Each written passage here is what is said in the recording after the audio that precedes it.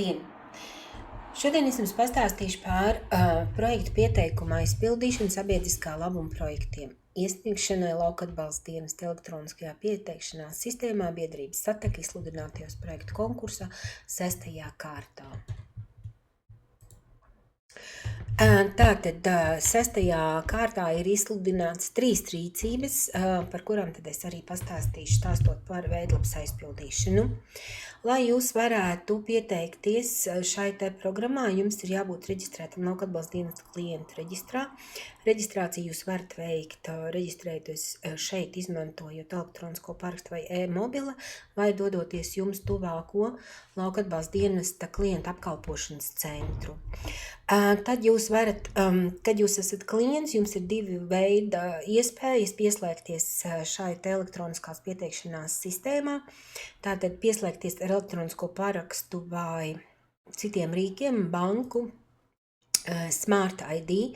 Tātad šeit jūs nospiedīsiet piekrītu, izvēlēsties jums nepieciešamo rīku, ar kuru jūs vēlaties tātad ielogoties veidlapā.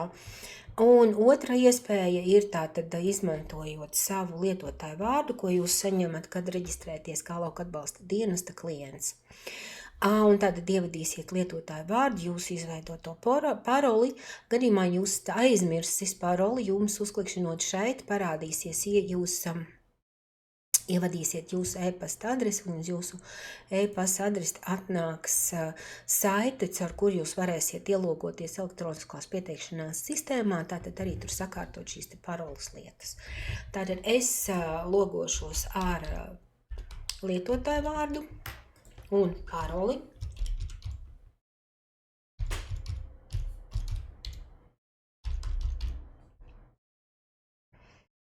Tad, redziet, man ir nokļūdījos.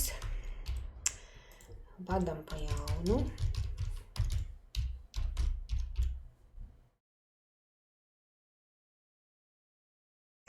Ir tā, ja jūs nokļūdaties vairāk kā 5 reizes, ja tātad jūs varat tāpatās iegūt šo te pieeju, nosūtot e-pastu, līdz ko jums šķiet, ka esat aizmirsuši paroli, tad vienkārši rakstam aizmirsu paroli un jums viņa atsūta, ja jūs ejat ar šo te lietotāju vārdu un paroli. Tad, kad jūs atverat šo te elektroniskās pieteikšanās sistēmu, tad redzat, es esmu tas, kas strādā, tad šis lietotājs, klients ir biedrības Sateka, šeit jūs būsiet, un arī klienta numurs, tātad to jums arī vajadzētu tā kā atcerēties un zināt, jo, ja jūs sazināties ar lauka atbalsta dienestu, tad ļoti labi gan saziņā nosaukt jūsu klientu numuru vai vēstules norādīt, tātad arī uzreiz dienestam ir vieglāk strādāt un atrast informāciju par jūsu projektu. Lai jūs varētu izveidot jauno projektu pieteikumu, tātad jūs ejat uz projektu un investīcijas un tātad pievienot jaunu projektu iesniegumu. Noklikšķinot šeit, jums atvērsies šāds loks, tātad jūs ejat uz pašu lapas apakšu un uzspiežiet uz izveidot jaunu līderu sabiedrības virzītas vietējās attīstības stratēģiju īstenošanas pieteikumu. Uzklikšķinot jums šeit parādīsies tātad lociņš, kurā jūs varēsiet ievadīt to pagastu vai pilsētu, kurā plānojat īstenot projektu. Biedrības Sateka darbības teritorija ir Gulbenes novads. Un tātad redziet, ievadot Gulbenes novadu pagastu, parādījās izveidot jaunu iesniegumu biedrībā Sateka. Un tātad šeit mēs uzklikšķinam virsū, un atkal mums parādās jauns loks, un mēs ejam līdz lejam, līdz līderu sadaļai, un tātad šeit redzam reģistrēt kola 1921, kas ir uzņēmējdarbības projekti, un reģistrēt kola 1922. Un 1922 tātad ir sabiedriskā labuma projekti. Tātad atverās jums šāda te sadaļa, kur varu teikt, ka nav izveidojusies pilnībā šī te projekta pieteikuma veidlapa. Un kā redzams konkrētajā kārtā, 6. kārtā, biedrība Sateka ir izsludinājusi 3 rīcības. SLP1, Gulbenes novada kopienas stiprināšana, sabiedrisko aktivitāšu dažādošana, tātad, ja jums tas ir šeit. SLP 2. Vietējās kopienas vajadzībās balstītas publiskās infrastruktūras izveidu un pakalpojumu pieejamības nodrošināšana, tad mēs liekam ķeksīti šeit, un SLP3 kopienu Gulbenes novada kopiena prasmu zināšanu pilnveidošana. Attiecīgi šeit var izvēlēties tikai vienu no rīcībām. Ja jūs gribat startēt katrā rīcībā, tad jūs katram projektam būs jāraksta atsevišķs projekts. Nebūs iespējams vienu projektu uzrakstīt priekš visām rīcībām vienādu. Ar ko atšķirās SLP1, SLP2 un SLP3? SLP3 iesniedzējs ir tikai un vienīgi biedrības nodibinājumi, kuri nodrošina šo te zināšanu un prasmju apguvis novada iedzīvotājiem un piedalās vismaz 10 dalībnieki klātienē. Un šeit attiecināmās izmaksas ir līdz 3500 eiro. Rīcībā SLP1 un SLP2 iesniedzēji var būt biedrības nodibinājumi pašvaldības, tātad pašvaldība vai tās iestādes. Iesniedzējs ir pašvaldība. Un tātad šeit abās rīcībās maksimālās attiecināmo izmaksu summa ir 35 000. Tātad abās rīcībās, ar ko šīs rīcības atšķirās.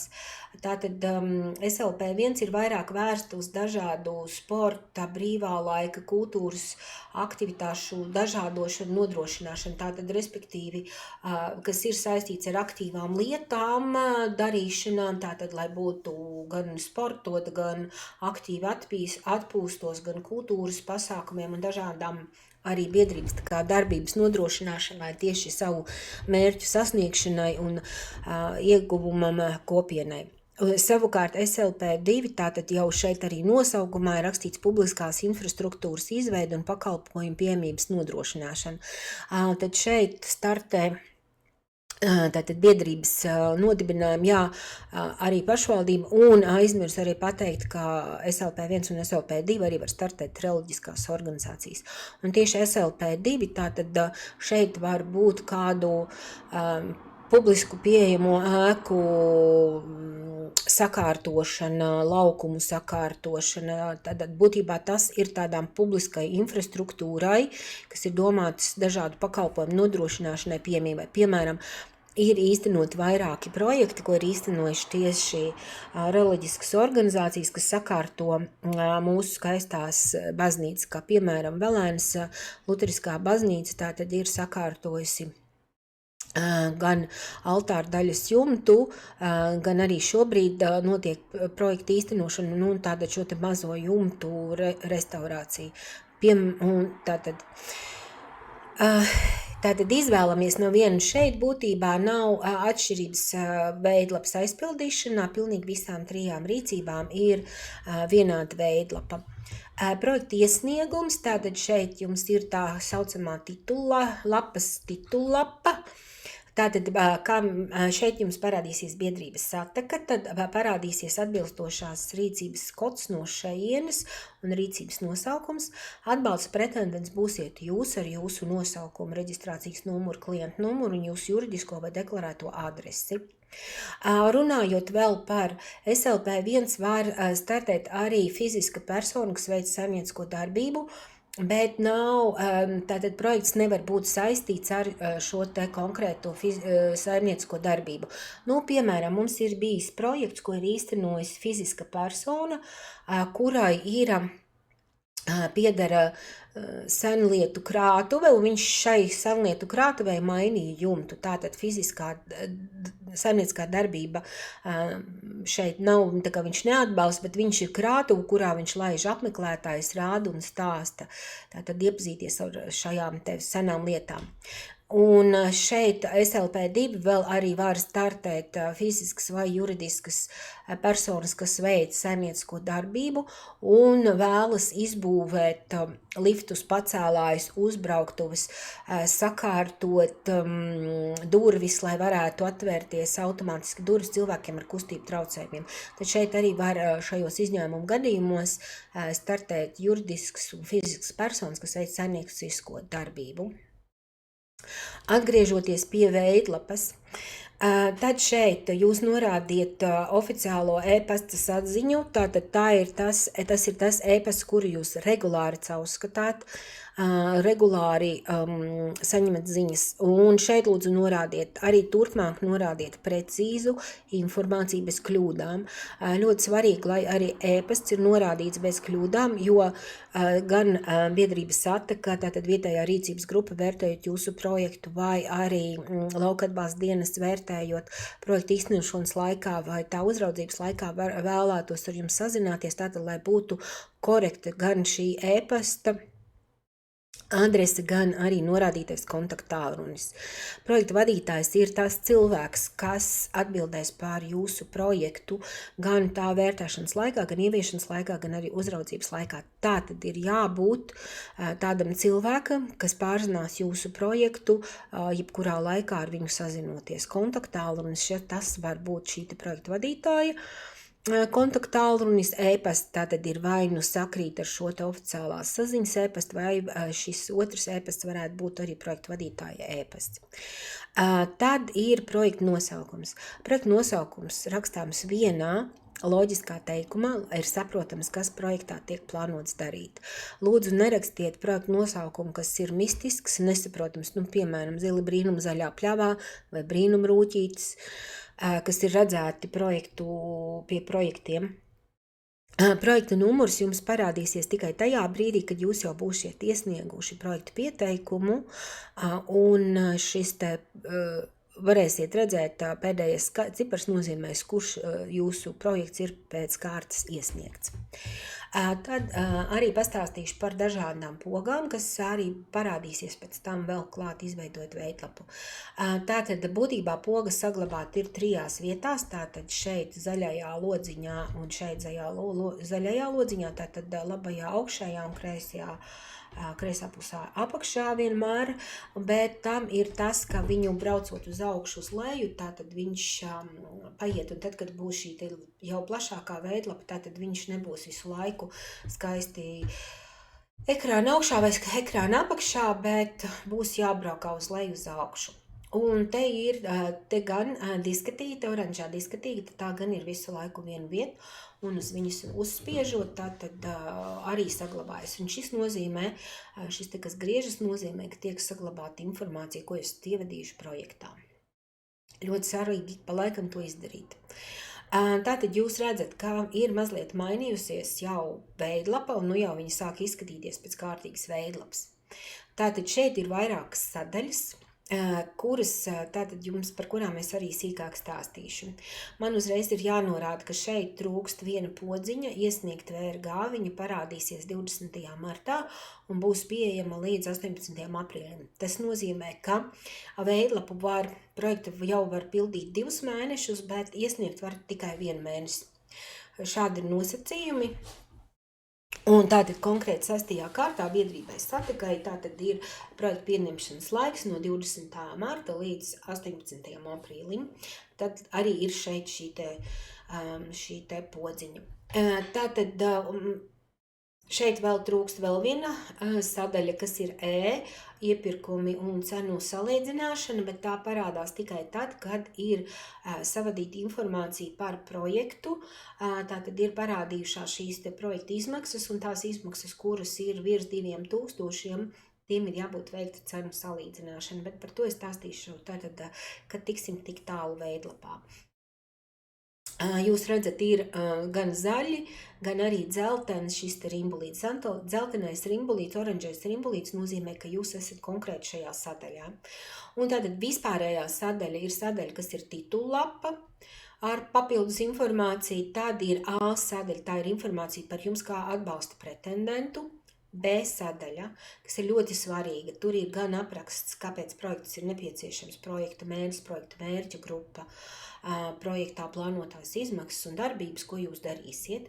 C ir projektā īstenošanas un uzturēšanas izmaksas. D sadaļa tā tad ir pavadokumenti, kurus jums šeit ir jālejuplādē. jāapšuplādē, un tātad arī E-sadaļa, kura parādās tad, kad ir aizpildīta B-sadaļa. Tātad uzreiz norādu, ka jums ieteicams ir vēl šo te veidlapu pildīt loģiskā secībā, lai tātad viss, jo ir informācijas, kas, piemēram, no B-sadaļas aiznesās uz citām sadaļām, un tātad līdz ar to būtu loģiski, kad secīgi arī pildam. Tā. Projekta pārskats, to uzklikšķinot virsū, var saprast, kāds tad izskatās jūsu projekts PDF izdrukas versijā. Tātad šeit viņš ir neaizpildītā versijā, kad būs aizpildīts, viņš jau izskatīsies savādāk. Pārbaudīt kļūdas nozīmē to, ka tagad uzspiežot, tātad redziet, viņš šeit domā, viņš meklē jūsu kļūdas, un tātad līdz ko jums parādās šādi te sarkanīgi laukumi, redziet, un arī šeit tātad trūkst informācijas. Un kamēr šis nebūs novērsts, jūs nevarēsiet iesniegt projektu. Tāpēc ļoti skatieties to, lai jūs neatliekat uz pēdējām stundām 18. aprīlī, tātad projekta iesniegšana, jo tas var nepaspēt sistēmu sakārtot, un tātad viņi jums neļaus iesniegt projektu pēc noteiktā laika, kas ir 18. aprīlis, 23, 59. Tātad jāpaspēj šajā laikā visu šo izdarīt. Lūk, un atgriežamies pie projektu pieteikuma veidlapas aizpildīšanas. Tātad šeit jau mēs sākuma daļu izrunājām, un tātad jūs redzat, šeit parādījās noderīga informācija. Un šeit ir norādīti normatīvie akti, tātad arī stratēģijas jūs varat atrast, bet viss, kas ir saistīts ar biedrības sataku stratēģijas un projektu lietām, konkrēti 6. kārtu, jau uzejot uz www.sataka.lv, jums atvērsies visa nepieciešamā informācija, un tātad jūs startējat SLP1, SLP2 vai SLP3, tātad redziet, ir jūsu gan rīcība apraksti, gan atbalsta pretendenta finansējums un cita svarīgā informācija, un šeit ir tātad gan stratēģijas, tātad stratēģija pilns dokuments, rīcības plāns un tātad sludinājums par biežāk uzdotie jautājumi, un tātad šie vēl tiks regulāri papildināti atbilstoši no tā, kā jūs mums jautāsiet kaut ko. Lūk, tātad ir divi ļoti svarīgi ministru kabineta noteikumi, tie ir 580, pēc kuriem tad tiek, kuros ir noteikts visas attiecināmās, neattiecināmās izmaksas, nosacījumi, kas var iesniegt, un pēc šiem arī tad biedrības satakas vērtētāji vērtē. Katru jūsu projektu izvērtē vismaz 3 vērtētāji un tiek izrēķināts vidējais punktu skaits no dotajiem punktiem. Un tad ir tā saucamie virsnoteikumi, kuri nosaka vairākus nosacījumus, tātad, piemēram, cenu aptaujas sliekšņus, cik var reizes iesniegt maksājumu pieprasījumus, kādi ir avansa vai priekšfinansējuma priekšatmaksas nosacījumi, kādi ir šie, kad projekts ir jāiesniedz valsts valodā. Tas nozīmē, ja jums ir kāda dokumentācija, pieņemsim, jūs veicāt cenu aptauju un jums ir iesniegta jebkurā pasaules svešvalodā, tad jums ir jābūt pievienotam pie projekta pieteikuma tulkojumam latviešu valodā. Tātad to nosaka arī šie noteikumi.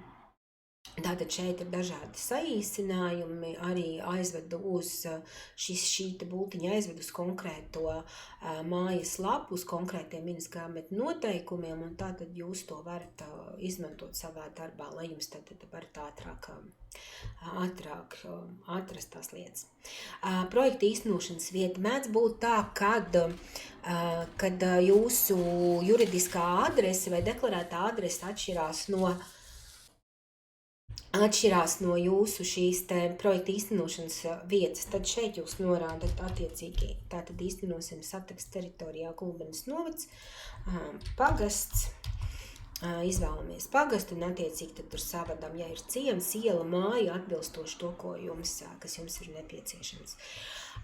Tātad saglabāt, tas nozīmē, ka jūs saglabāsiet, paliksiet šeit pat. Pārbaudīt, tas nozīmēs, ka viņš pārbaudīs konkrēto sadaļu, un tātad viņš parādīs, kur ir kāda neprecizitāte, redziet, nosaukums viņš man parāda, ka man nav aizpildīts tātad projekta nosaukums, vadītājs un cita informācija. Bet kamēr nav iesniegšana, tātad jūs to varat pāriet pāri un mainīt.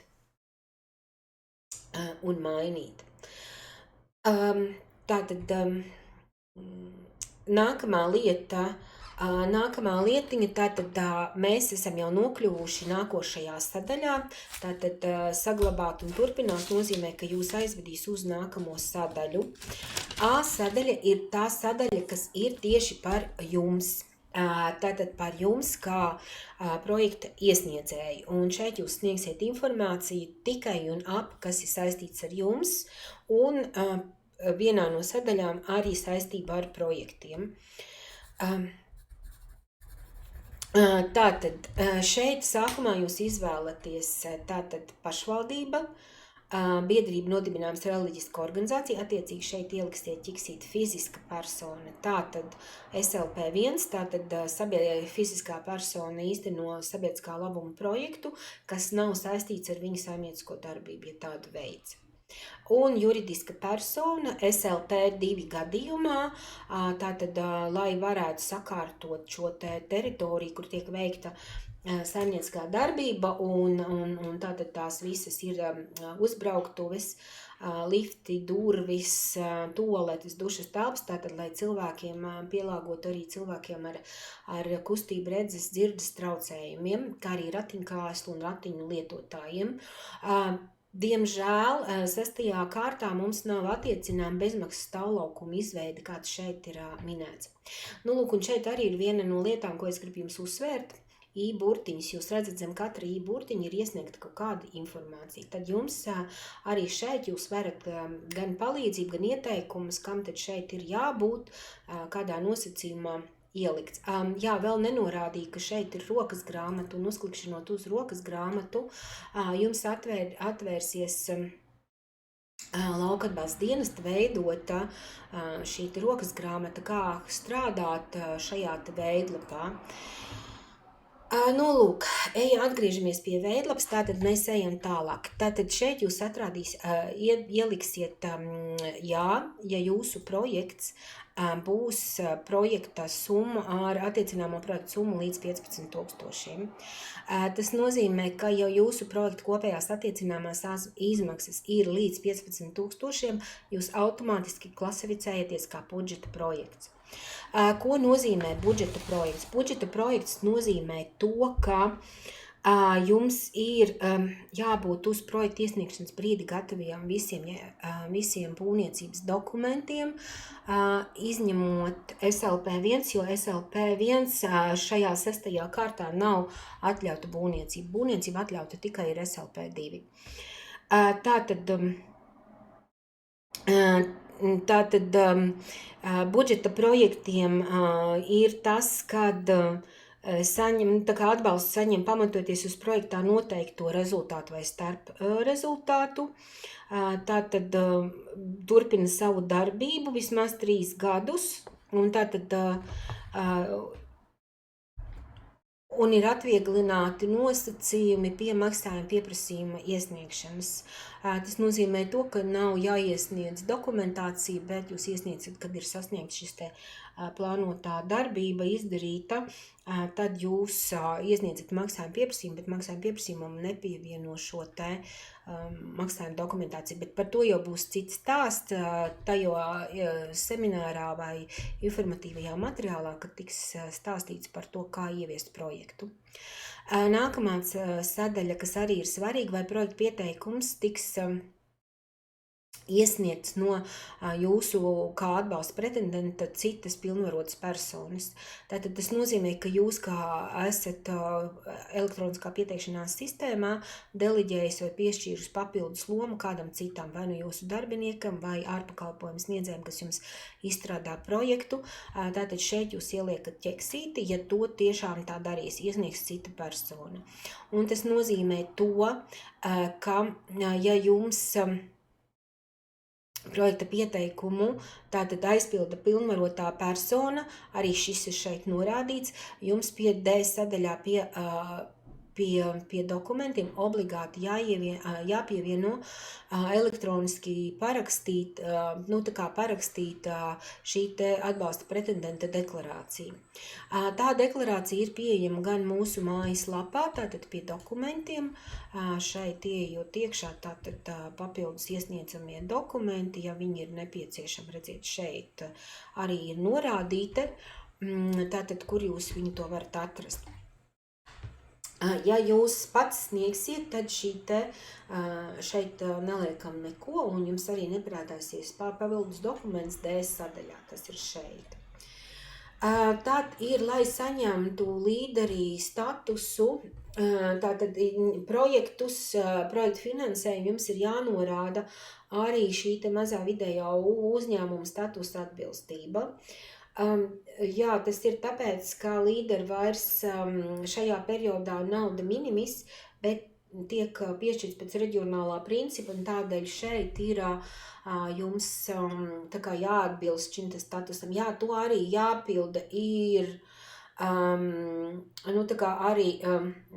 tiem, kuri ir juridiskās personas. Tiem, kuriem ir tātad, ja šeit ir iesniedzējis pašvaldība, reliģiska organizācija vai biedrība nodibinājums, kas ir iegūši sabiedriskā labuma statusu, tad viņiem nav jāpilda šis te mazā vidējā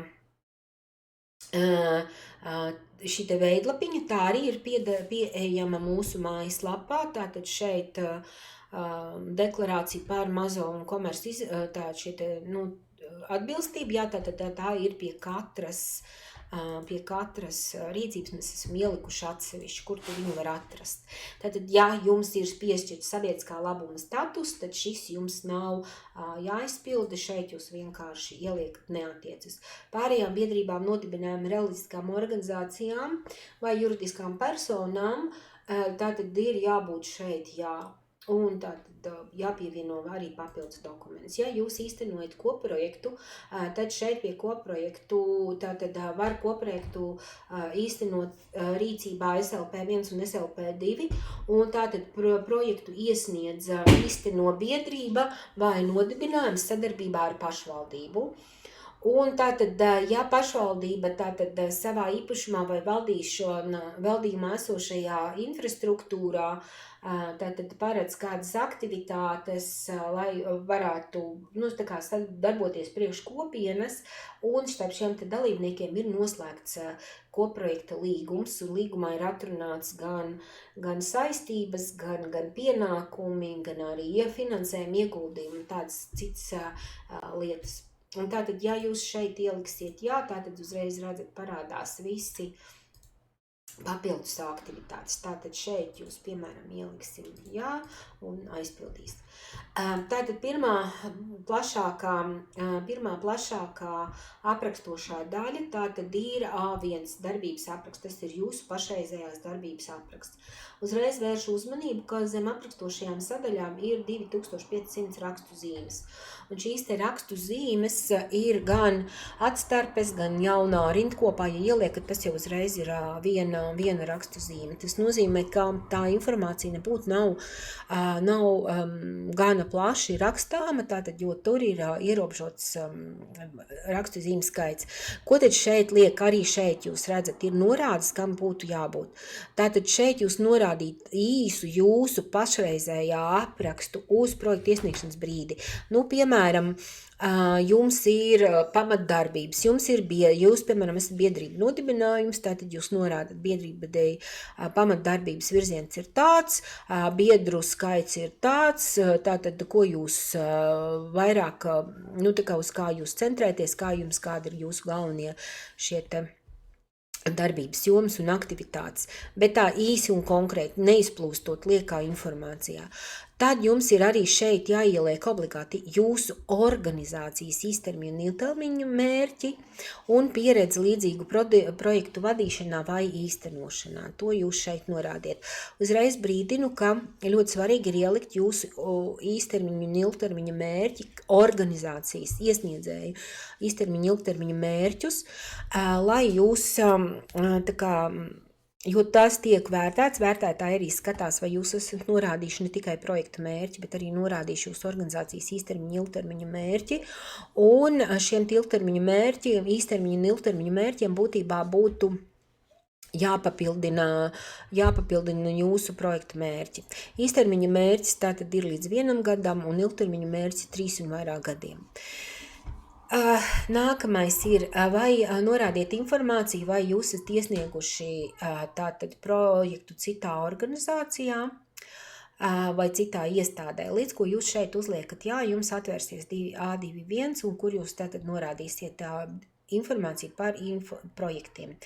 ES finansētie projekti tātad ir Eiropas Savienības projekti un citi projekti, ko tad valsts, pašvaldība vai citi finansējuma devēji. Uzliekot tātad, lai varētu pievienot jaunus ailītes, kur rakstīt, spiežam šo te plusiņu un tātad pievienot. Šeit jums parādās tātad jau plašāka ailīte, kur savadīt informāciju. Šeit ir jāvada tie projekti, kas ir tieši saistīti ar jūsu jauno projektu. Ja gadījumā jūsu jaunais projekts nav saistīts ne ar vienu, tad šeit ir ne, un šī ailīte neparādās, un jums nav jāpilda. Bet, ja tomēr tā ir, tad šeit pirmajā sadaļā jūs norādīsiet tātad fonda nosaukums, nu, piemēram, ERAF, Centrālā finanšu līguma aģentūra, šeit norādīsiet projekta nosaukumu, projekta numuru, un tātad norādīsiet, izvēlēsties atbilstošo viņa īstenošanas stadiju, īstenošanas laiku, tātad no līdz, un tātad ieliksiet atbilstoši, kā jums nepieciešams. Tātad šeit ieliksiet gan kopējās attiecinājumās izmaksas publisko finansējumu, vai ir saistīts, vai nav, norādīsiet, un tātad šeit ieliksiet šo te aprakstu. Ja jums tāda nav, tad šī ailīte nav šī sadaļa nav jāpild. Nākamais ir ēkas būvis un iekārtas. Šeit jūs norādīsiet visu, kas ir saistīts ar jūsu projektu. Pieņemsim, jūs telpas nomājat, tātad jums, piemēram, ir aktivitāšu telpa, tad jūs arī šeit norādiet, ka jums ir aktivitāšu telpa. Norādīsiet īpašumā vai nomā, vai iegādes izlaides gads, ietilpība, mērvienība. Un tad jūs izvēlaties, piemēram, iekārtas biroja aprīkojums, piemēram. Tātad arī jūs šeit ieliksiet atbilstoši, kas jums tas ir pieņemsim 23. gads, tur 1, un te pieņemsim, ieliksim komplekts, ja? Nu, jūs skatāties pēc faktiskās. Tātad šeit ir vēl viena ailīte. To pildi tikai tādā gadījumā, kad, ja jūs papildināsiet esošo aprīkojumu, tad liekam papildināts, ja ir aizstāts, tad aizstāts. Un biroja mēbeļu gadījumā to nevajadzētu, to vajadzētu, ja būtu, piemēram, jums būtu uzņēmējdarbības projekts un ražošana, jūs aizstojat ar vismaz 25% lielāku iekārtu, tad labāk šeit ir atstāt tukšu. Šeit jūs varat atstāt tukšu, bet šajā sadaļā gan, ja ir izveidots šīs te, ka jums ir ēkas un tehnika, un šeit tātad ir jābūt aizpildītam. Savādāk jums neļaus iesniegt projektu pieteikumu veidlapu. A4 aizpilda tikai tādā gadījumā, ka atbalsta pretendents ir tas saimnieciskās darbības veicējs, kurš tātad veido šīs uzbrauktuves, liftus, šīs automātiskās durvis, toaletes un tāpas, tāda cilvēkiem ar kustību traucējumiem, redzes traucējumiem, bet citiem, tātad, lai iekļūtu vieglāk ēkā.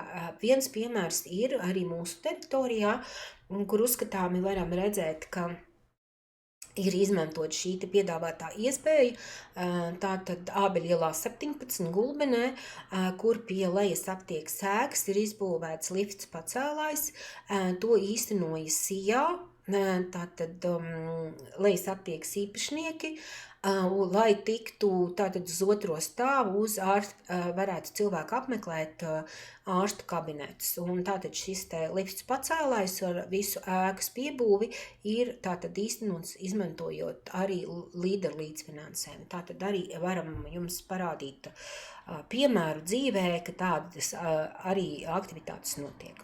Un tātad spiežam saglabāt, turpināt.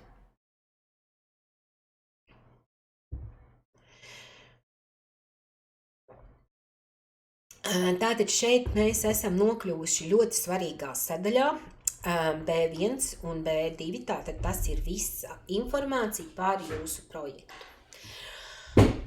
B1 ir projekta mērķis. Projekta mērķis ir galvenā lieta, kas jums ir projektā jāsasniedz. Arī bez rādītājiem ir projekta mērķis, un tātad projekta mērķi raksta īsu, konkrētu vienā teikumā, ar ko jūs gribat panākt. Tātad arī šeit jūs redzat, tātad ir jābūt konkrētam, sasniedzamam, nedrīkst norādīt mērķī to, ko jūs gribat pirkt. Nu, piemēram, sporta inventāra iegāde vai lifta būve. Nē, jūs norādīt. Tātad sabiedriskās ēkas, laimes māja, tātad piekļūstamības sakārtošana cilvēku pakalpojumu pieejamībai. Tātad projekta mērķis, ja, tātad jūs liksiet, lai jūsu pakalpojums būtu pieejams cilvēkiem. Nevis izbūvēt liftu vai iegādāties sporta inventāru, ja jūs būtu, piemēram, sporta biedrība. Tāpat tās jūsu projektam ir jāatbilst nosacījumos, tātad, kas ir noteikti Minas kabineta noteikumam un tātad intervences mērķim, un kas ir veicināt sabiedrības iesaistīšanos vietējos dabas, fiziskā, sociālā kapitāla un cilvēka kapitāla stiprināšanas un kultūras kapitāla strateģiskas un ilgspējīgas izmantošanas un attīstības iniciatīvās. Tādējādi palielinot lauku iedzīvotāju drošumspēju, kā arī vietas potenciālu un pievilcību, kas var būt par priekšnosacījumu jaunu integrētu turismu, kultūras, veselības un citu saistītu pakalpojumu produktu piedāvājumam. Tātad jūsu mērķim arī zināmā mērā jāatbilst kādai no šiem te nosacījumiem, kas ir minēti noteikumos kā intervences mērķi. Uzreiz brīdinu briedības satakā vērtēšanas nolikumos ir noteikts, ka projekta mērķis ir pirmais teikums, kas ir norādīts šajā sadaļā. Tātad jūs varat uzrakstīt ļoti garu tekstu un ielikt kā pēdējo teikumu projekta mērķi, tad projekta vērtētājiem ir tiesības jums ielikt šeit 0, jo mēs, tātad šeit ir jānorāda projekta mērķis. Tātad pirmais, galvenais teikums ir projekta mērķis. Ja vēlaties aprakstīt, kā jūs sasniegsiet šo te projekta mērķi vai uzdevumus, tad to jūs varat rakstīt pēc tam.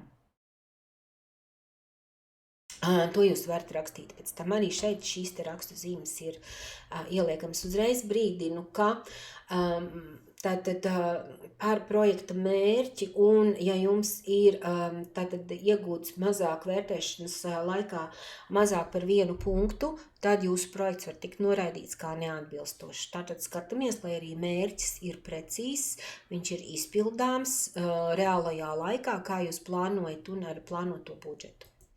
Nākamās sadaļas ir B2, kurš sastāv no vairākām apakšsadaļām, un tātad tas ir tā aprakstošā projekta daļa. Un šeit jums ir jāuzraksta tā, lai cilvēki, kas lasīs no malas jūsu projektu, lai varētu saprast, ko tad jūs tajā projektā vēlaties panākt, izdarīt un piedāvāt vietējai kopienai, vietējiem cilvēkiem. Un tātad šeit jūs rakstīsiet nepieciešamību. Tātad kā jūs, kas tiks uzlabots, pilnveidots. Tātad jums šīs te apraksts ir jāsaskaņo gan ar jūsu mērķi sagaidāmiem rezultātiem un arī tām aktivitātēm, ko jūs domājat panākt ar šo te projektu. Un atceramies to, ka projekts, sabiedriskā labuma projekts ir projekts, kas ir tā kā vērsts uz sabiedrības labumu, un tā mērķis nav gūt, viņam mērķim nav jābūt komerciālam, un ir publiski pieejams, un tā ieņēmumi nav kvalificējami kā peļņa. Tātad jūs varat arī par izveidoto, protams, kādu samaksu, bet tas ir, lai uzturētu, nevis lai nodrošinātu savu darbību tālāk. Tātad arī jāapraksta projekta ilgtspēju šajā sadaļā, ko nozīmē ilgtspēja. Ilgtspēja nozīmē to, kā jūs šo projekta rezultātu uzturēsiet iedzīvināsiet. Nu, piemēram, jūsu projekta ietveros izveidojat kopienu centru, paauģu centru, kurā sanāks dažāda vecuma un cilvēki un kopīgi runāsies. Un jums būs izveidotas telpas un viss aprīkojums, bet jūs neesat plānojuši pilnīgi nevienu aktivitāti. Tātad, un tur nenotiek nekas. Tas nozīmē, ka jūsu projektam nav ilgtspēja. Viens ir izveidot, bet otrs ir iedzīvināt. Tātad, lai būtu ilgtspējīgi darboties, tātad, piemēram, šeit jūs norādīsiet, jā, projekta ietvaros mēs plānojam izveidot kopradas telpu dažādām paudzēm, un, lai nodrošinātu šo te projektu ilgtspēju, tātad mēs plānojam aktivitātes tur regulāri, reizi katru otro ceturtdienu notiks tas, reizi katru otro sestdienu notiks šādas aktivitātes, tātad jūs parādat, kā šī vieta, ko jūs izveidojat, tiks izmantot plašā lokā un tiks uzturēta un būs arī dzīvot spējīga. Šeit jūs varat arī norādīt galveno problēmu, ko jūs risināsiet. Kāda būs šīs problēmas atrisinājums, kas būs, arī norādiet, kas būs, ja jūs ar šo projektu neīstenosiet, tātad nebūs pieejams kāds pakalpojums, nebūs iespēja nodarboties ar sportu vai kultūras pasākumiem, nebūs kāds aprīkojums jūsu organizācijā. Tātad šeit, ko jūs risināsiet, kāda būs tā problēma, ko jūs risināsiet, kas ir svarīgs vietējai kopienai. Nākamais ir projekta īstenošanas grafiks. Tātad šeit jūs aprakstošā veidā norādīsiet laika termiņā grafikos, kā jūs plānojat ieviest savu projektu. Ja jums ir pamatlīdzekļu iegāde, aktivitātes, mācības, tātad SLP3, tātad notiek šīs te mācības, tad jums projektu īstenošanas laiks ir līdz 1 gadam. Savukārt, ja ir būvniecība, viss saistīts ap un gar būvniecība SLP2 rīcībā, tāda projekta īstenošanas laiks ir līdz 2 gadiem. Tātad jūs norādīsiet, ka tātad šo te par šiem 2 gadiem. Projekta īstenošana var uzsākties ne ātrāk kā šī gada jūnijā, jūlijā, jo tas ir atkarīgs, cik ātri izvērtēs šo te projektu. Tātad projekta vērtēšana notiek 2 pakāpēs. Jūs tātad līdz 18. aprīlim iesniedz vietējā rīcības grupā Sateka. Tātad Sateka 1 mēnesi no 19. aprīla līdz 18. maijam vērtē šos te projektus. Un tad viņus iedod jau pēc tam lauka atbalsta dienestā, un tad lauka atbalsta dienests no 19. maija 3 mēnešu laikā izvērtē jūsu projekts. No pieredzes varu teikt, ka projektus lauka atbalsta dienests izvērtē krietni ātrāk. Ir ļoti reti gadījumi, kad tiek izmantots maksimālais laiks. Tas parasti tiek izmantots tad, ja nav kārtībā jau uz projektu iesniegšanas brīdi nepieciešamie dokumenti, nekvalitatīvi veikta cenu aptauja vai nekvalitatīvi iesniegti citi dokumenti, kuri būtu nepieciešami, lai varētu normāli uzsākt projektu. Arī biedrības Sateka vērtēšanas procesā skatās dokumentu, vai ir iesniegti visi dokumenti, tātad, ja nav visi dokumenti, tiek saņemts 0 punktu, tātad skatās arī šo te dokumentu pamatotību, vai viņi ir pietiekami, bet mēs nenoraidam, mēs vienkārši samazinām punktu skaitu, tātad par dokumentu šo te, tā kā arī kvalitāti. Atgriežoties pie projektā īstenošanas grafika, tad šeit jūs norādiet, piemēram, projektā uzsākšana būs, piemēram, tur 2026. gada jūlijas, atbildīgais tas un tas. No jūlija līdz decembrim pamatlīdzekļu iegāde un uzstādīšana. Vai, piemēram, ir mācības, tad jūs tur, piemēram, norādiet mācību gadījumā SLP3 rīcībā. Tātad tiks organizētas tur, piemēram, no jūnija līdz jūlijam šādas mācības, no augusta līdz oktobrim šādas. Tātad apraksta pa termiņiem, kas tad tiek, kā jūs plānojat, kādos termiņos jūs plānojat savas aktivitātes īstenot. Un šeit nerakstat, piemēram, no 1. jūlija līdz 31. jūlijam, bet liekat jūlijas, jūlijas. Tā kā jūlija vai tikai jūlijas. Vai, ja jums ir, piemēram, augusts, tad neliekam tur 1. jūlijas un 31. augusts, bet vienkārši jūlijas, augusts. Tas jums arī ļauj mazliet fleksiblāk pildīt, tātad jums nav jāievēro konkrētais datums, bet jums jāievēro konkrētais mēnesis. Protams, var būt dažādas novirzes no šī plānotā laika grafika, ja, piemēram, aizkavējas būvdarbi vai aizkavējas piegādes vai izvēlētais lektors tajā laikā netiek, protams, to var sagrozīt, bet ir jāiekļaujās projektu īstenošanas gala termiņos.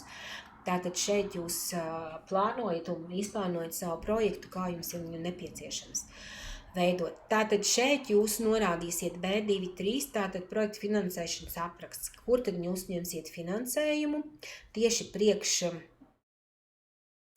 jūsu projekta. Tātad, vai tās būs jūsu biedru naudas vai cita veida līdzekļi.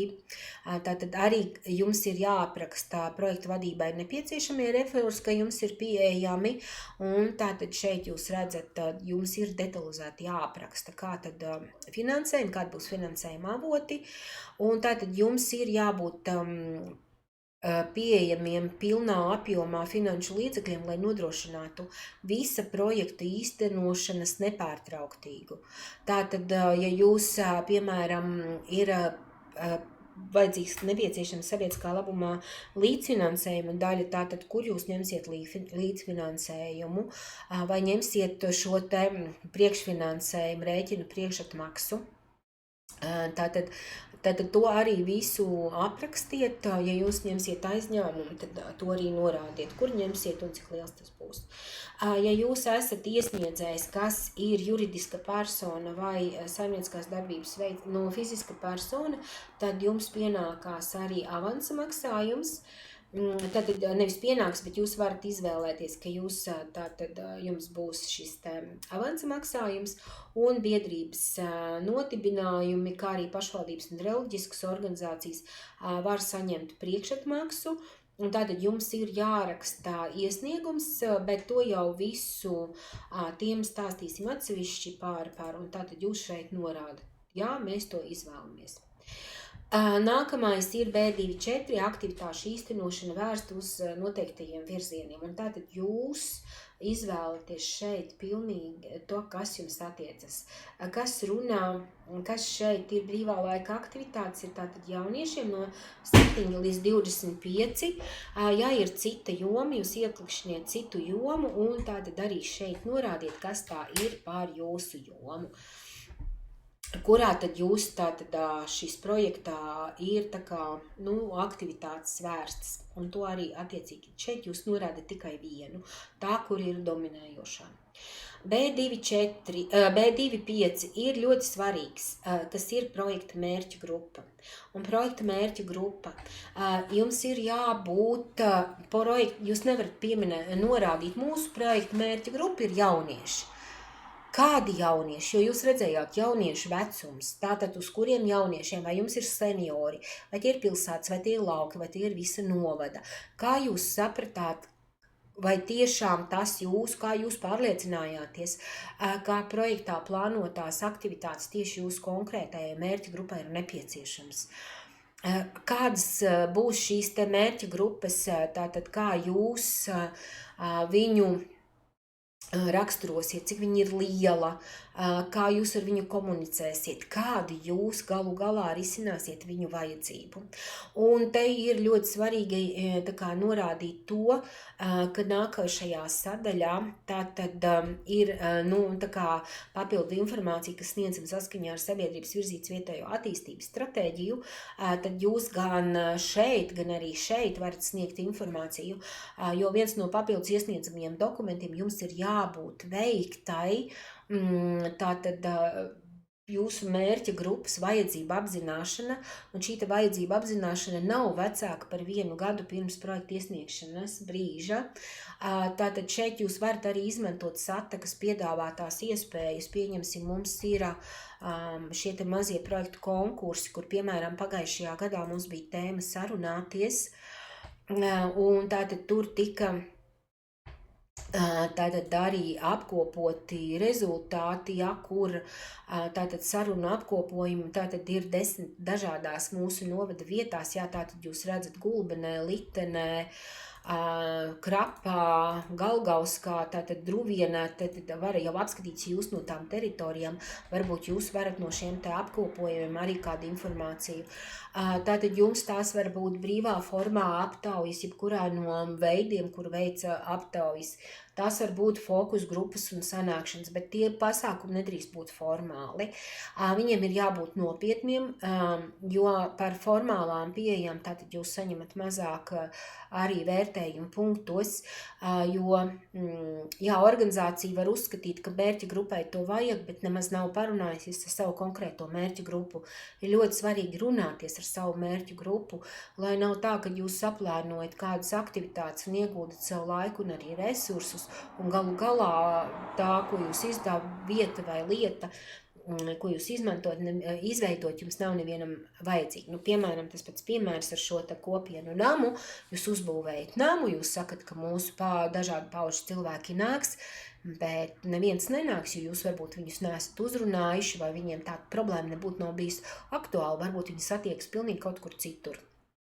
Tā kā ir jābūt šai mērķa grupai izzinātai viņu vajadzības. Un šeit es vēršu uzmanību arī īpaši uz pašvaldību un tās iestādēm. Tad, kad iesniedz šo pašvaldības projektu, tāda pašvaldības īstenotajam projektam ir jāsniedz pievienotā vērtība teritorijai ar šo projektu īstenošanu, un to ir norādījuši iedzīvotāji arī kā prioritāru, un arī šeit es lūgtu pašvaldības iestādēm un pārstāvjiem tomēr padomāt, vai tiešām jūsu plānotās projekta aktivitātes risinās iedzīvotāju kopienas, nevis konkrētas noteiktas mazas kopienas, kādas iestādes iemītniekus, bet arī plašāku vietējo kopienu, kā tad viņi kopā sadarbosies, darbosies, nevis tikai šauri skatīties. Un tātad vēlreiz atgādinu, kad ir jābūt šai aptaujai vai sarunām ar jūsu iedzīvotājiem kopienām, un tātad pievienotam arī kā papildus dokumentam pie citi dokumenti D sadaļā.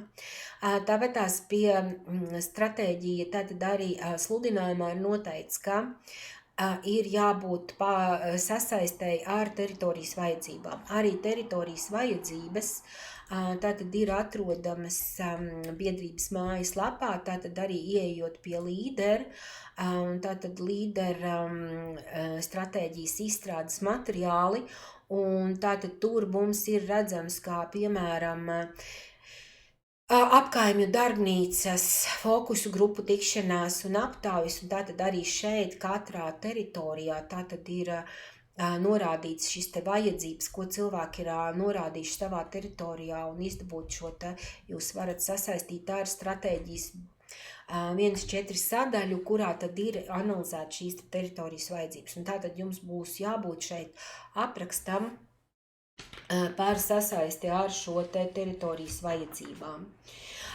Nākamais ir B27, kurā jūs sniedzat aprakstu, kādu ieguldījumu dos jūsu projekts stratēģijas īstenošanas teritorijai Gulbenes novadam un tajā skaitā lauku teritorijā. Un īpaši šim aprakstu jāpievērš ir tiem, kuri īsteno projektu pilsētā, kāds būs lauku teritorijas iedzīvotājiem labums no tām, kā arī jāpievērš uzmanību tiem, kuri uz kaut kādu šauru kopienu, kā tas iedos visai teritorijai, kāds būs visai teritorijai labums. Tātad, un ja šajā B27 tiek ielikta pilnīgi ļoti vispārīga un neatbilstoša informācija vai vispār nav informācija iekļauta, pēc būtības projekts var tikt noraidīts, par to nevērtējot. Tas tā ļoti bargi skan, bet tāds ir, jo ministru kabineta noteikuma 589. punktā ir teikts, ka projekta publisko finansējumu var saņemt, ja tiek nodrošināts šādu prasību izpilde, un 9.2 punkts pasaka to, ka projekta īstenošana dod ieguldījumu vietējās attīstības stratēģijas īstenošanas teritorijā, tostarp lauku teritorijā. Tātad šeit ir jābūt aprakstam un pamatojumam, ko tad jūsu projekts dos. Uzlabos pieejamību kādam pakalpojumam, būs pieejams telpas, būs pieejams atbilstoši aprīkojums, notiks aktivitātes, cilvēki iegūs zināšanas. Un tas, protams, ir atkarīgs no jūsu konkrētā projekta, bet ir ļoti svarīgi, ko tas dos teritorijai kopumā un īpaši lauku teritorijai. Tātad, šeit jums jāatzīmē 1 B3, tātad jūs atzīmēsiet vietējās teritorijas, tostarp dabas, kultūras, objektu sakārtošana, uzlabošana, pieejamība un sasniedzamība.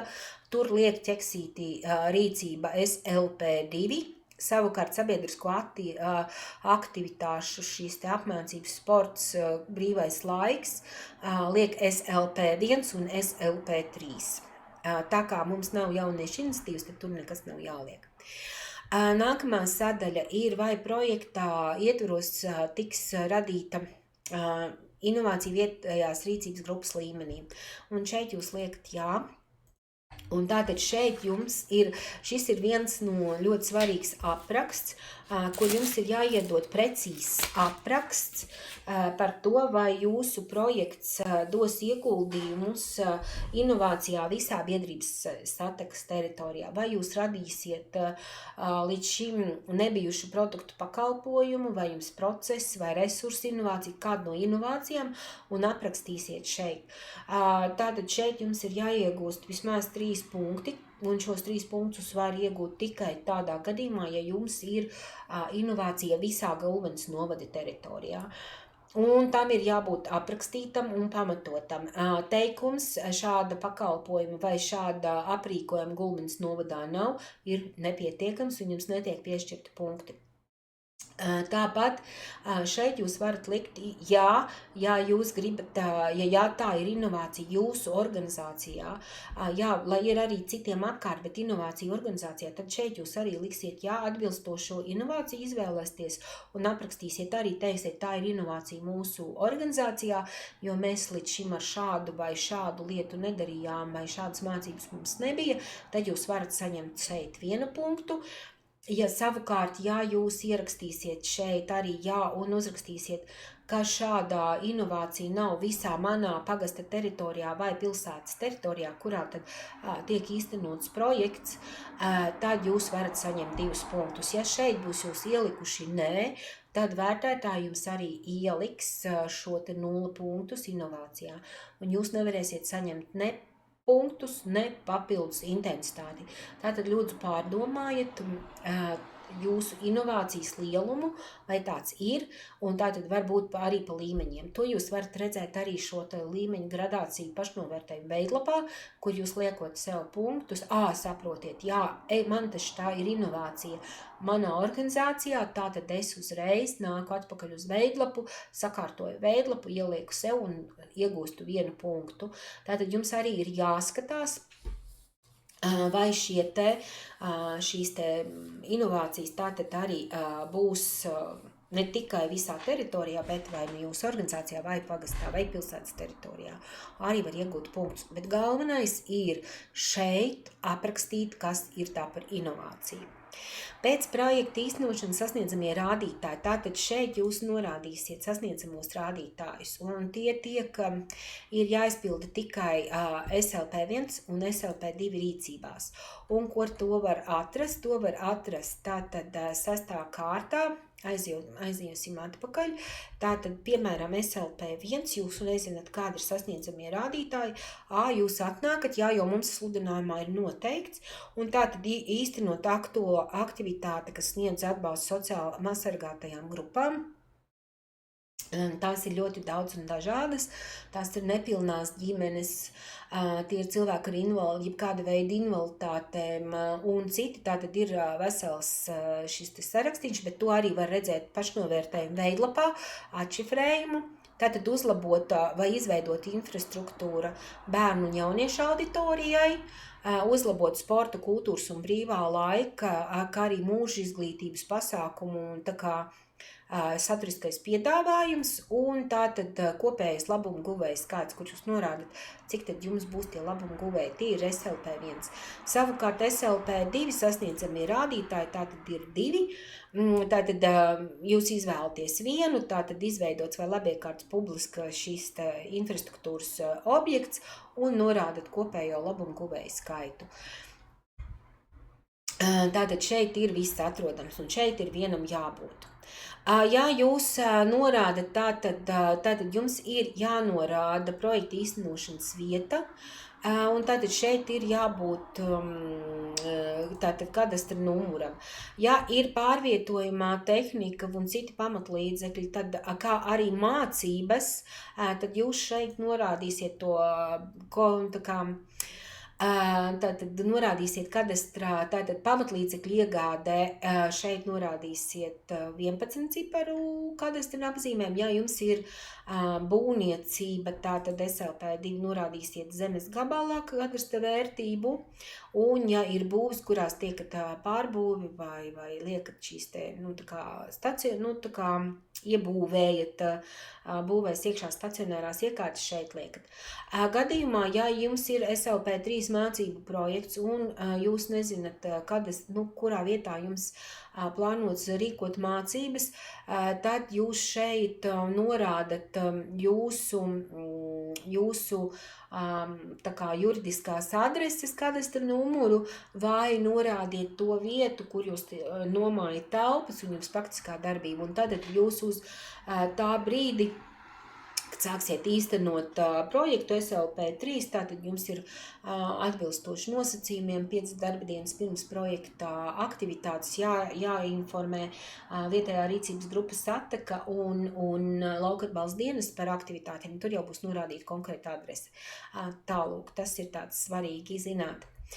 Šeit jūs varat ielikt arī, ja jums ir zināms kadastra apzīmējums ar 13 cipariem.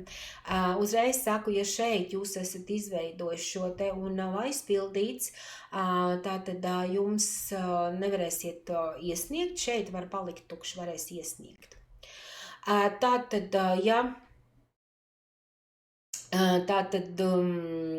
ja šeit ir šis te šis saucamais budžeta projekts, tātad šeit jums būs, piemēram, norādīsiet ilgums mēneši, plānotā darbībā tātad aprīkojuma iegāde un tātad izmaksas un rezultāts, tātad iegādāts tur aprīkojums, uzstādītas sporta ierīces, veikts ēkas, šis, tā kā, piemēram, publiskās infrastruktūras sakārtošana atkarībā no jūsu projekta nosacījumiem. Tātad es jums arī viņu varu parādīt, kā tas varētu būt, lai jums ir mazliet vieglāk, lielāks priekšstats.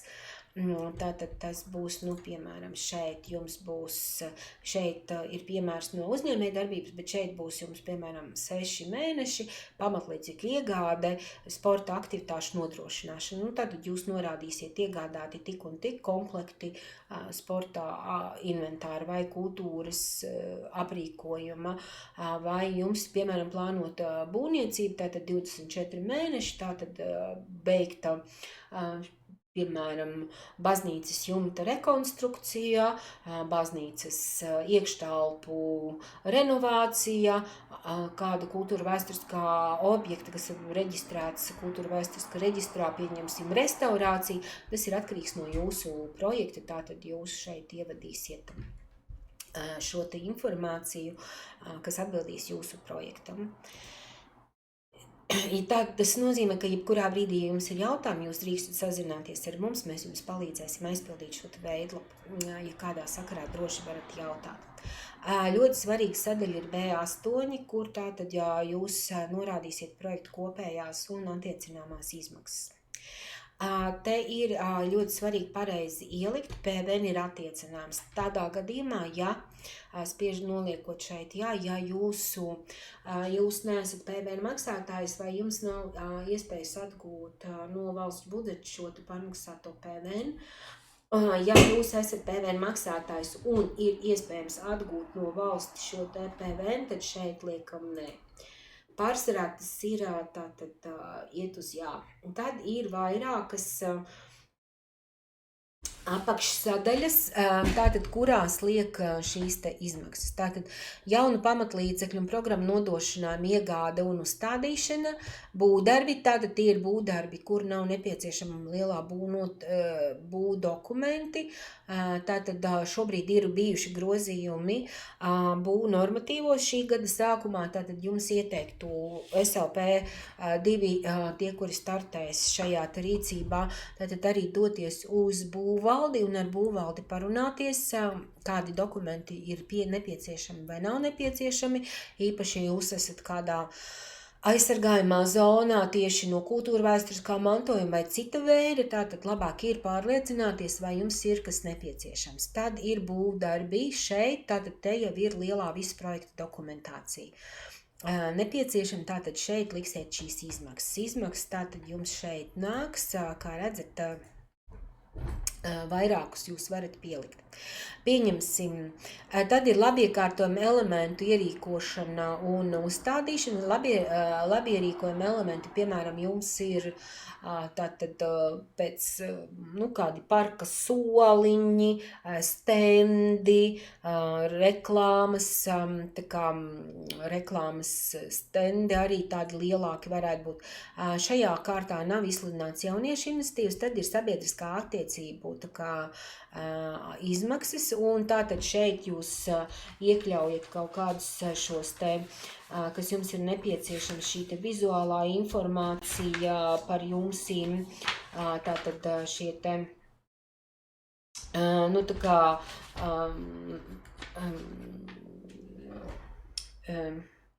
pieņemsim, lai sabiedrība informētu, veicinātu atpazīstamību jūsu pakalpojumiem un tādām lietām. Un šeit jums ir jāizmanto sabiedrisko attiecību speciālistu pakalpojumi. Šeit jūs varat arī likt informāciju plašsaziņas līdzekļos, arī dalību izstādēs, lai tātad sniegtu informāciju, izdalas materiālus. Tātad šeit jūs tas varētu būt, lai varētu par sevi. Tad ir personāla atalgojums un darbības nodrošināšana. Tas ir attiecināms tikai tādā gadījumā, ja jūs, piemēram, izveidojat kopienu centru vai izveidojat kādu aktivitāti, kur ir nepieciešams kāds darbinieks, lai to varētu aktivitāti īstenot ilgtermiņā, bet šīs atalgojums nav ilgāks par 6 mēnešiem. Uzreiz šeit nāk arī visi nodokļi, tā kā izvērtējumi vai šāda izmaksu pozīcija ir vajadzīga. Mācību izmaksas attiecās vienīgi un tikai uz SLP 3 rīcību, tātad mācību izmaksās visas izmaksas, kas saistīts ir ar lektoru, tātad iekļaujot gan telpu nomu, gan cita veida, lai nodrošinātu pilnvērtīgi šīs te mācības. Tātad to jūs veidojat atbilstoši jūsu specifikai. Projekta sagatavošanas izmaksas, tās ir izmaksas, kas rodas, ja jūs, piemēram, ņemat ārpakalpojumu projektu izstrādēji, tad vai jums ir nepieciešams jurists, lai varētu līgumu sagatavot vai cita veida eksperts, tātad tieši pie projekta sagatavošanas brīdī.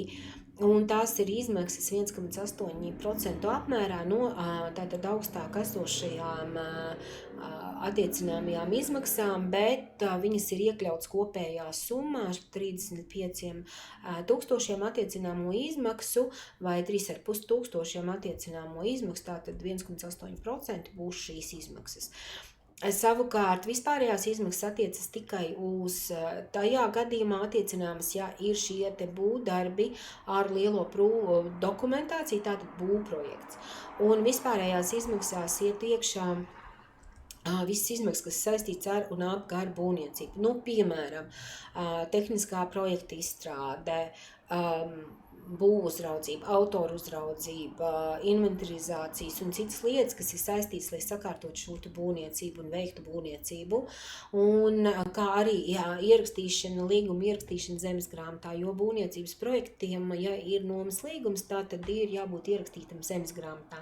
To, protams, dara 6 mēnešu laikā pēc projekta apstiprināšanas, tātad jums ir jābūt šim līgumam jūsu reģistrētajam zemes grāmatā. Un šeit vispārējās izmaksas nevar pārsniegt 3% no kopējām attiecināmām izmaksām.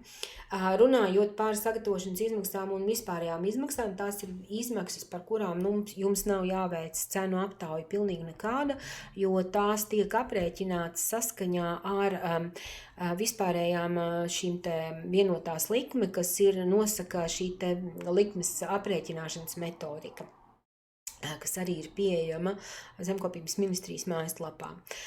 Tātad runājot, jau pieminēju cenu aptauju, un tātad šeit, pieņemsim pamatlīdzeklis, pieņemsim, mums būs sporta inventārs, jā. Šeit mēs ieliksim, pieņemsim mērvienībā gabalī 10, šeit ieliksim, pieņemsim ar PVN, mums ir 12,100, bez PVN mēs norādam 10,000. Un ļoti svarīgi ir šeit ielikt. Šajā sadaļā var ielikt un vienīgi un tikai attiecināmās izmaksas. Un ja jūs esat PVN, ja jums ir PVN attiecināms, tad šeit jums būs izmaksas visas, kas ir ar PVN. Ja jums būs PVN neattiecināms, tas nozīmē, jūs PVN maksātājs, jūs varat PVN atgūt, tad tās būs izmaksas bez PVN. Tātad šeit lūdzu nenokļūdīties. Tā kā man piemērā ir norādīts PVN ir attiecināms, tad šeit es lieku šos 12,000. Un jūs redzējāt, šeit pirms tam nebija ķeksīts iepirkums, un viņš parādījās. Viņš parādās tajā gadījumā, pieliksim vēl vienu tā kā pamatlīdzekli. Pieņemsim, šeit ir gabals 3,120, pieņemsim, jā, 1000. Un šeit mums arī attiecināmās izmaksas ir 1200. Jūs redziet, viņš mums šeit neieliek šo te ķeksīti, bet līdz ko man būs, piemēram, jau 12,000, redziet, viņš norādīs tātad šo te, kad iepirkums ir, tā kā nepieciešams, viņš automātiski uzliks. Un līdz ar to, tūlīt mēs uzliksim saglabāt, un tātad jūs redzēsiet, ka šeit parādīsies jaunā ailīte, kas ir ar iepirkums cenu salīdzināšana. Tad es gribu parādīt arī to, lai jūs varat redzēt, tātad šeit jūs strādājat ar šīm te bultiņām, atveram un aizveram, un šeit, piemēram, jums ir būvprojekts, piemēram, kopienu māja. Kopienu māja, tātad mums šeit ir kvadrātmetri, pieņemsim, mums būs 60 kvadrātmetru ēka, pieņemsim kopējās izmaksas, viņai būs tur 24,200, jā, piemēram, tur mums būs 20,000, un te mums būs 2,4, tātad pieņemsim, jā. Un tātad, jā, šeit jau mēs kopējās attiecināmās izmaksas redzam pārkāpjam. Jums ir arī jāskatās, lai nepārkāp šīs kopējās attiecināmās izmaksas, jo satagas gadījumā tie ir 35,000. Tas ir svarīgi, bet mēs šobrīd strādājam ar piemēriem. Un tātad būvniecībai iepirkums neparādās, jo būvniecības gadījumā ir tā, ka būvniecības dokuments var iesniegt, ir jāiesniedz 6 mēnešu laikā pēc projekta apstiprināšanas. Un tātad būvdokumentiem arī attiecās klāt šī cenu aptauja. Uz projekta iesniegšanas brīdi jūs varat uztaisīt šo te kontrolu tāmi, lai saprastu, kādas izmaksas, jā, bet katrā gadījumā šeit neparādīsies šis te automātiski ķeksīts, jo šeit ir noteikumos noteikts, ka kā jau es teicu, 6 mēnešu laikā pēc projekta apstiprināšanas jūs iesniedzat šo te būvniecības dokumentāciju. Un šeit es parādīju, kad jūs šo te maksājumu pieprasījumu varat dalīt vairākās kārtās. Nu, pieņemsim, šeit ir 30. jūnijā, tad mēs, piemēram, paņemsim nākošā gada 31. martā, un tad mēs pieņemsim 28. gada arī 30, tur mēs paņemsim, pieņemsim maijā, ja? Un tātad šeit, pieņemsim, mēs ieliksim, sadalīsim 10 000, te mēs ieliksim 7200, un pieņemsim, te ir 7000. Redziet, viņš jums parāda, viss ir kārtībā cipariski. Šeit viņš parāda, ka ir par maz, tātad jums ir jāpieliek klāt, un es redzētu, ieliku vairāk, viņš rāda, ka tur ir kļūda. Un tagad ir ļoti svarīgi aprēķināt jums atbalsta intensitāti. Pamata atbalsta intensitāte sabiedriskā labuma projektiem ir 70 000.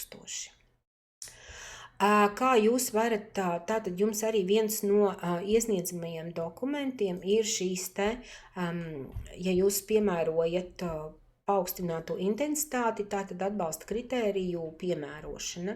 Tātad jūs šajā veidlapiņā aizpildīsiet iesniedzēju nosaukumu, izvēlēsieties atbilstošo rīcību, kurā jūs iesniedzat. Tātad 10% jūs varat iegūt klāt pār to, ja jums ir inovācija. Tātad jums ir jābūt inovatīvam visā novada teritorijā, jābūt iegūtiem šiem te vismaz 3 punktiem. Nepietiek tikai ar norādi, bet ir jābūt, kā jau es minēju, aprakstītam. Tad, ja jūs nodrošinat vides pieejamību, tātad cilvēkiem ar kustību traucējumiem, drošību paaugstināšanu, tātad nāk 20% klāt pie 70%. Ja jums ir aktivitātes, kas saistīts ar viedās kopienas darbības un tā kā viedo kopienu veicināšanas aktivitātēm, tātad tas ir tā kā noteikts, ka kopiena, kura lauko apvidū īsteno tā kā vietējās iniciatīvas, lai rastu praktiskus risinājumus vides vajadzību nodrošināšanai, ekonomiskai jomai, sociālai, un tā kā izmantojot jaunas iespējas, tajā skaitā digitālās tehnoloģijas, lai pilnveidotu savas te kopienas dzīvi un darbību. Un kas attiecās uz SLP 4, tad, ja jūs tātad kultūra vēsturisko objektu infrastruktūras sakārtošanu publiskai pieejamībai, tad nāk klāt uzreiz 20%. Ko nozīmē, ja jums sanāk, ka jums, piemēram, ir 70% pamatlikme, jūs varat dabūt punktus 10 šeit, un, piemēram, jūs varat dabūt 20 punktus šeit, tad šo te intensitāti jūs saskaitot kopā, jums sanāk 30. Nē, maksimālā intensitāte ir 90%. Tātad tiek piemēroti 90%. Tātad, gatavojot projektu pieteikumu, šeit jums ir šī te veidlapiņa, kas arī ir pieejama mūsu mājas lapā, tātad var noderēt, tātad paaugstinātās intensitātes kritēriju tabulu, un tātad jūs viņu arī sagatavojat un pieliekat pie projekta pieteikuma. Nu, lūk, pieņemsim kopienu māja, viņa būs uz viedo, tātad mēs šeit ieliekam 90%. Piemēram, ja? Viņa ir inovatīva un arī uz viedajām kopienām. Un redziet, šeit automātiski tātad tiek aprēķināts gan publiskais, gan šis te privātais finansējums. Tad ir tāda sadaļa pārējās neattiecināmās izmaksas. Tās ir izmaksas, kas jums ir nepieciešams, lai varētu pabeigt projekta īstenošanu un tas produkts pakalpojums būtu pieejams līdz ar projekta noslēgumu, tātad gala maksājuma iesniegšanu. Nu, piemēram, mūsu piemērā jau šeit ir kopienu māja, mēs paņēmām izmaksas tikai un vienīgi kopienu mājas izbūvei, bet mums nav paņemts iekārtas, tātad ēkas aprīkojums. Jā, piemēram, jums tur būtu galdi, krēsli, skapji, biroja tehnika un cita veida nepieciešamās lietas, kas jums ir nepieciešams kopienu mājās, jā, tātad jūs šeit ieliekt, ka tās jums ir neatiecināmās izmaksas. Un pieņemsim, ieliksim, ka tie ir 25 000 piemēram, jā. Tad mēs uzliekam šeit saglabāt, jo uzreiz brīdinu, ka Lauka atbalsta dienests, kad jūs iesniegsiet gala maksājumu pieprasījumu, jums tāpat tās neizmaksās gala maksājumu, jo jums jūsu projekts nebūs uzsākts un nebūs šī ilgspējīgā darbība uz priekšu, tikai vienkārši plika ēka, viena pati darboties nevar, kā manā minētajā piemērā. Tā kā jums ir jānodrošina, lai šī, ja jūs veidojat infrastruktūru, viņa arī būtu reāli izmantojama uzreiz, jau kad ir šī infrastruktūra radīta, lai viņu var nākt kopiena, plānotā mērķa grupa un pilnvērtīgi viņu izmantot. Tātad visu, kā bija plānots arī jūsu projektā. B10 sadaļa izmaksu pamatojums. Tātad izmaksu pamatojumu tātad jūs aprakstiet šeit. Tātad mums bija vairākas iegādes, tātad mēs izvēlamies tādu, pieņemsim, sporta inventārs, laivas un kopienu māju. Un tātad šeit jūs te gan rakstuzīmes ir līdz 500 rakstuzīmēm, un šeit jūs īsi un konkrēti aprakstīsiet, kā šis sporta inventārs palīdzēs sasniegt jūsu projekta mērķi, kāda viņam būs loma un vajadzība jūsu projektā. Tātad gan sasniegt projekta mērķi, gan sasniegt jūsu mērķa grupas vajadzības. Tātad īsi konkrēti šeit aprakstam, šeit nerakstam, kā iegādāts lētākais, nē, šeit jūs pamatojiet, kā jūsu šī izmaksu tāmes pozīcija tātad palīdzēs sasniegt to, ko jūs esat projektā plānojuši, jo īpaši mērķus un rezultatīvos rādītājus. Tātad šeit šāds apraksts ir jāieliek. Lūk, tā kā man ir ielikts, tātad, ka tās ir biedrības nodibinājums reliģiskas organizācijas, šāda paša sadaļa būtu fiziskām un juridiskām personām, bet šāda sadaļa nebūtu pašvaldībai. Pašvaldībai šeit būtu jānorāda izmaksas, vai tās nāks no pašu budžeta vai nāks no valsts budžeta un viss. Savukārt biedrībām nodibinājumiem tātad ir jānorāda izmaksas atalgojums personālam, kas jums darbosies, komunālie maksājumi, telpu nomas maksas un citas izmaksas, jā, tādas ir, tātad šeit norādiet. Un tātad projektā izdevumi, tātad uzturēšanas izdevumi tiks sēkti no šādiem resursiem, un tātad šeit jūs arī norādīsiet vispirms ieņēmumus, tātad viņiem būs jābūt lielākiem vai vienādiem vai lielākiem nekā jūs šeit norādījāt tātad kopā, jā, tātad šeit, pieņemsim, atalgojums ir jums, kaut kāds tur maziņais, un komunālie jums ir, piemēram, arī tur nelieli, telpu īres. Un tad šeit jūs norādīsiet, pieņemsim, avots ir biedru nauda, pieņemsim, tur būs, tad, piemēram, jums ir ziedojumi,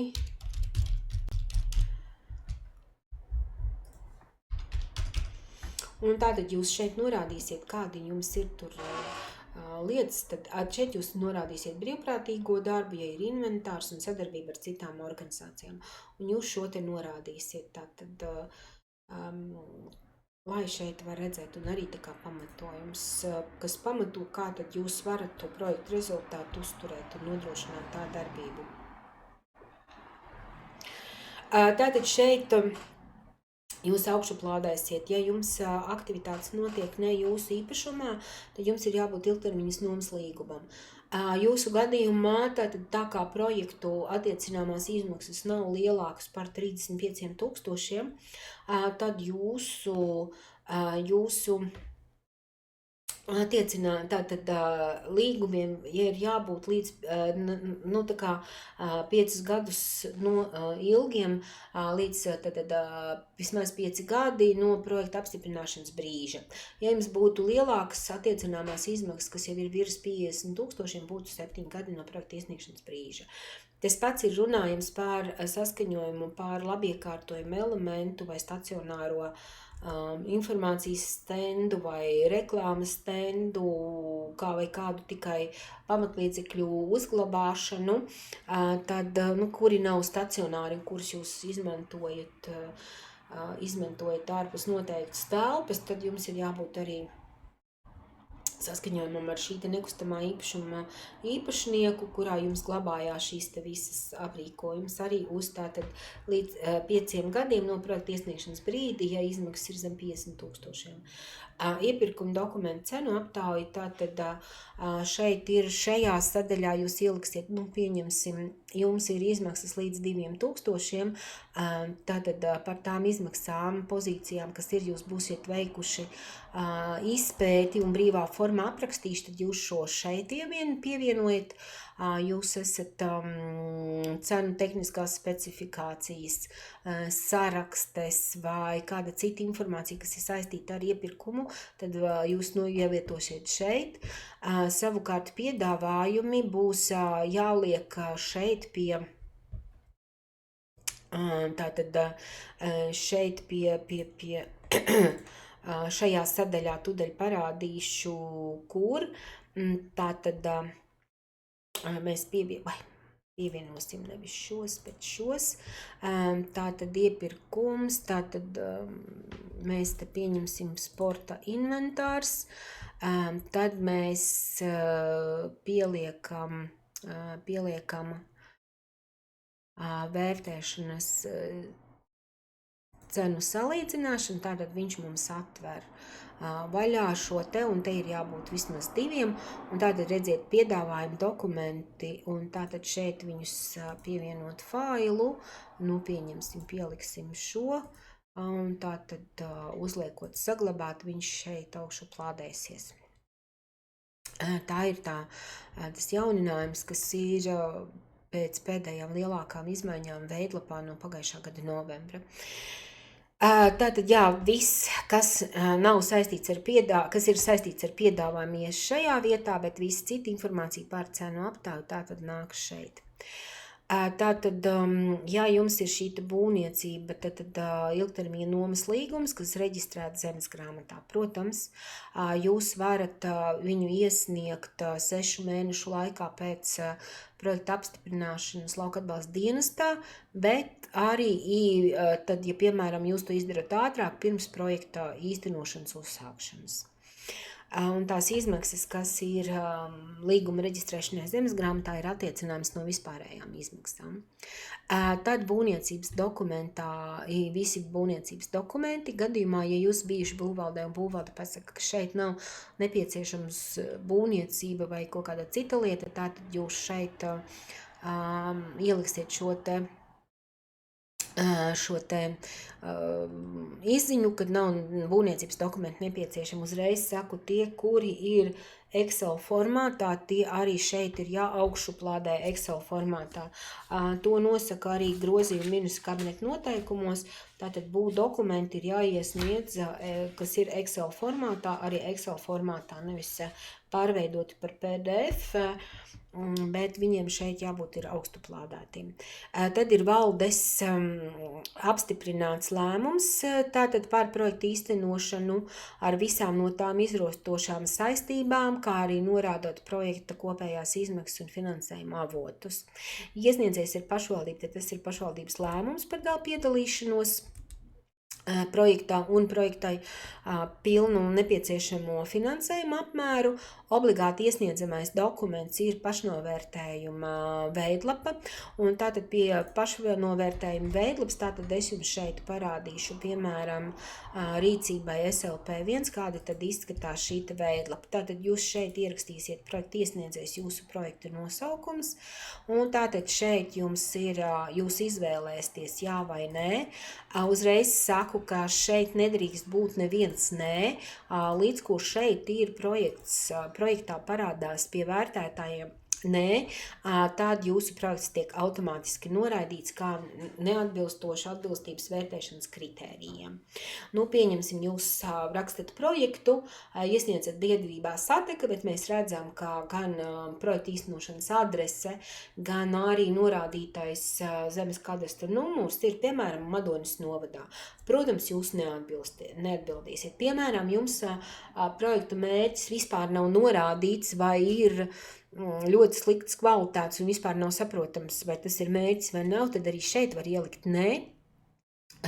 Piemēram, jūs esat norādījuši, pieņemsim, atbilst stratēģijai, rīcībai un sludinājumā noteiktām prasībām. Nu, piemēram, šajā kārtā ir noteikts tas, ka sabiedriskā labuma SLP1 nav attiecinām būvniecība, bet jūs sniedzat projektu SLP1 un jūs norādat, ka jums ir būvniecība, tātad un jums ir plānots lielākā daļa izmaksu šī te būvniecībā un tikai viena neliela daļa tur ir tikai sporta inventāra, piemēram, iegāde SLP1, tad projektu var noraidīt kā neatbilstošu projekta iesniedzēja prasībām. Pieņemsim, iesniedzējs atbilst izvirzītajām prasībām, nu, piemēram, ir iesniegusi SIA, grib iegādāties sporta inventāru, tātad tā jau būs neatbilstoši. Vēlreiz saku, ka šeit ir visur jābūt jā. Un tātad jūs šeit izvēlaties, pieņemsim, vai ir pievienot visi dokumenti. Tātad jums ir jābūt pārliecinātam, ka jūs esat pievienojis visus nepieciešamos dokumentus, kas ir nepieciešami, ko ir nepieciešams pievienot saistībā ar projektu pieteikumu. Tātad jūs pats sevi izvērtējat, tātad saliekat sev punktus un šeit ieliekat nelielu komentāru. Komentārus ir jānorāda īsa konkrēta, tā kā, īsa konkrēta apraksta, nedrīkst norādīt atsauces uz projekta iesnieguma sadaļām. Tātad šeit ir tas, ka jums ir sevi jānovērtē. Uzreiz vēršu uzmanību, ka ja jūs projekta mērķī un projekta budžetā, tātad K3 un K5 vērtējumos, vidējā vērtējumā saņemsiet mazāk kā 1 punktu, jūsu projekts tiek norādīts kā neatbilstošs. Jo tas ir svarīgi jums zināt, ka jums ir tātad jāpiestrādā gan pie projekta mērķa, gan arī pie projekta budžeta, tātad, lai viņš būtu korekts, bez kļūdām un pamatots. Tātad tas ir svarīgi. Tad atbalsta deklarācija, jūs viņu varat, tātad šeit uzklikšķinot, viņi ir kā aktīvā saite, viņš parādīsies kā dokuments, redzat, šeit ir dokuments, šeit jūs vienkārši apakšā sarakstīsiet tātad savu vārdu uzvārdu un ar elektronisko parakstu parakstīsiet un augšuplādēsiet. Arī mūsu mājaslapā var atrast. Un tātad deklarācija par atbilstību mazajam vidējai komercsabiedrībai un citi dokumenti. Pie citiem dokumentiem tātad jūs pievienosiet šo te paaugstinātās intensitātes kritēriju pievērošanas veidlapu, jūs pieliksiet šeit arī iedzīvotāju aptaujas vai mērķa grupu tikšanās vai fokus grupu tikšanās, jā, tātad šos te rezultātus rādītājus jums ir obligāti jāpievieno šeit, kā arī citi dokumenti saistībā ar jūsu tātad projektu pieteikumu.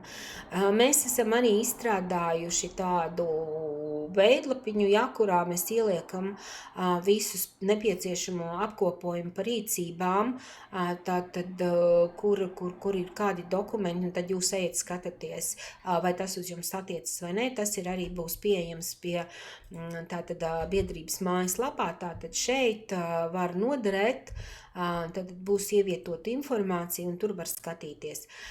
Tad mēs esam arī izstrādājuši tādu lietiņu, kā tātad palīgu materiālu, tātad informatīvo materiālu, kā tad aizpildīt veidlapu un tātad ar visiem tā kā printskrīniem, ekrānu uzņēmumiem, tātad kā izpildīt. Tās arī būs pieejams tātad Satekas mājaslapā.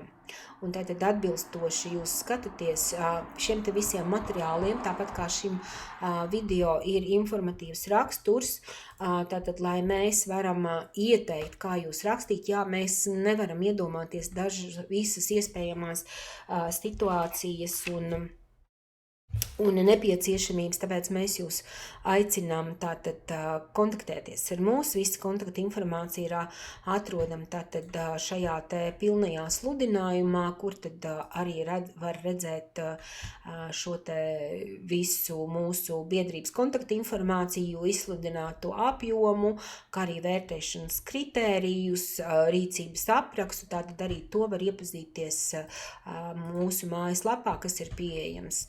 Tā kā es šodien tātad plānu izstāstīt jums, kā ir aizpildāmi tātad šī te veidlapa sabiedriskā labuma projektiem. Ja jums ir jautājumi, tātad sazināties ar mums biedrību Sateka. Paldies par jūsu uzmanību un lai jums veicās projekta sagatavošanā, pēc tam viņa arī īstenošanā. Uz tikšanos!